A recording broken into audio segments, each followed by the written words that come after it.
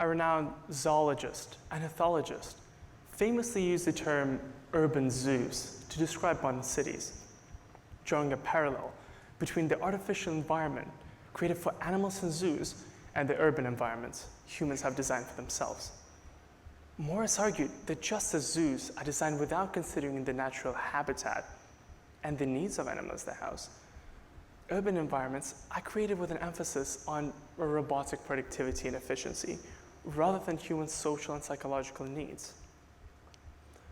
Morris emphasized the importance of understanding the human nature and incorporating this understanding into our urban planning, creating environments that are more conducive to the human well-being, fostering healthier, more natural lifestyles and interactions within the concrete landscapes of our cities.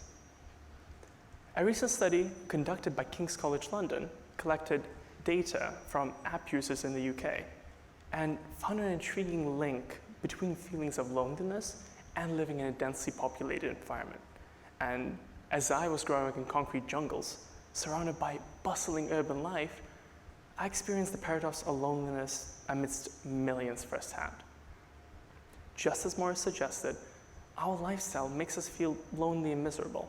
He argued that we, as humans, are not that far off from our prehistoric predecessors, and the way we structure our life is inherently incorrect. As he said, we think of ourselves as blank sheets on which anything could be written. We are not. We come into this world with a basic set of instructions, and we ignore or disobey them at our own peril. And even our social media, touted as a tool for communication, often exacerbates this issue by prioritizing personalization and personal content over interaction, contributing to the pervasive sense of disconnect within our environments. We forget about our tribe. We leave our friends and family to consume content specifically tailored for us in what we consider the pinnacle of human communication. And even when technology is used for communication, the need for physical face-to-face interactions remains critical. Despite the convenience of digital platforms, they often fall short in replicating the depth of in-person communication, which is vital for things like trust building, nuanced communication, and emotional well-being. Our innate desire for a tribe underscores this issue in often impersonal environments we live in. I would like to share with you urban planning strategies that boost social interactivity and positively impact the well-being and mental health of city inhabitants. Even though it is slightly ironic to what I said earlier, integrating technology into our cities is key to fostering meaningful face-to-face interaction.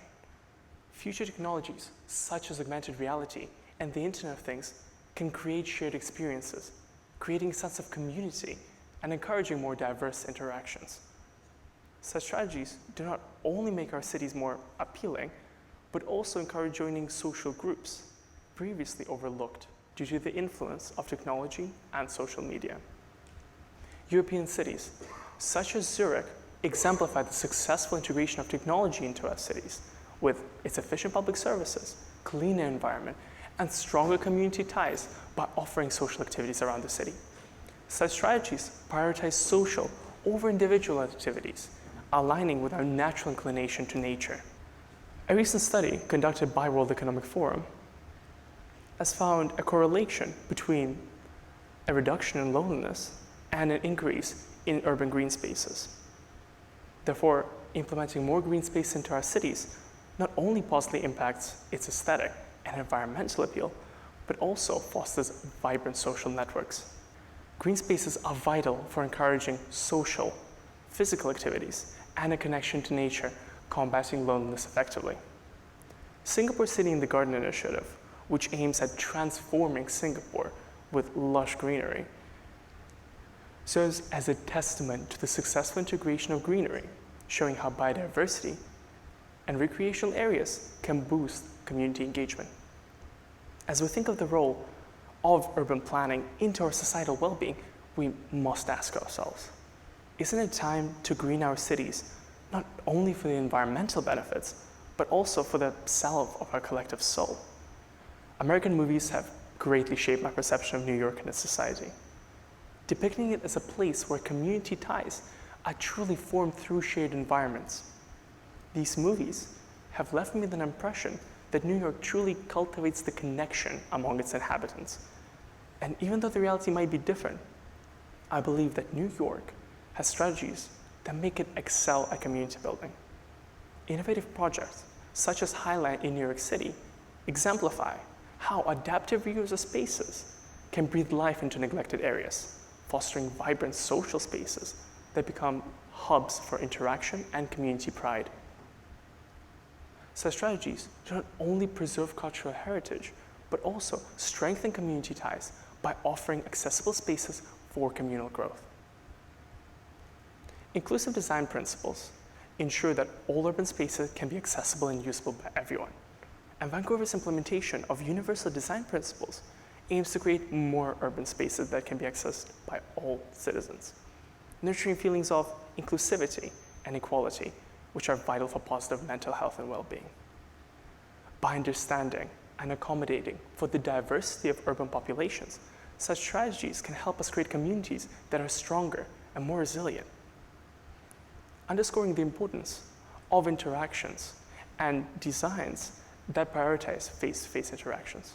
All communities face various challenges, from large obstacles to smaller issues, sparking ideas that could be considered revolutionary, yet most of them are often unrealized due to entrepreneurship barriers.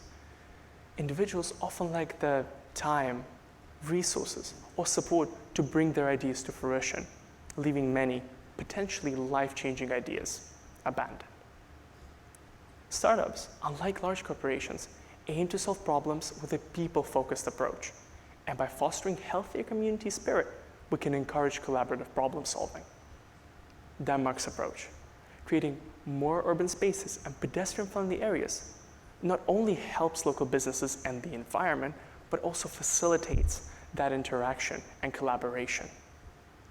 Future technologies, such as artificial intelligence, can also empower individuals to develop their ideas into actionable plans aiming both personal and societal achievement.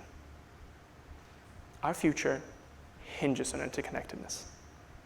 It is clear now that societal transformation is possible through making fundamental changes into our daily lives, from revitalizing social hubs to embracing collaborative spaces.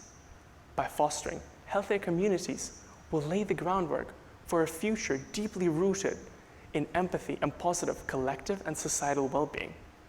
Let's envision a future where connectivity and inclusivity are not just ideals, but realities, where every element is intertwined, fostering a healthier, a more compassionate world. Even though the path forward may have its challenges, our collective resolve ensures that we overcome any obstacles. And as we embrace these changes, we edge closer to a future where humanity's bonds are our strongest asset. Together, let's craft a future which cherishes empathy and embraces our innate tribe structure.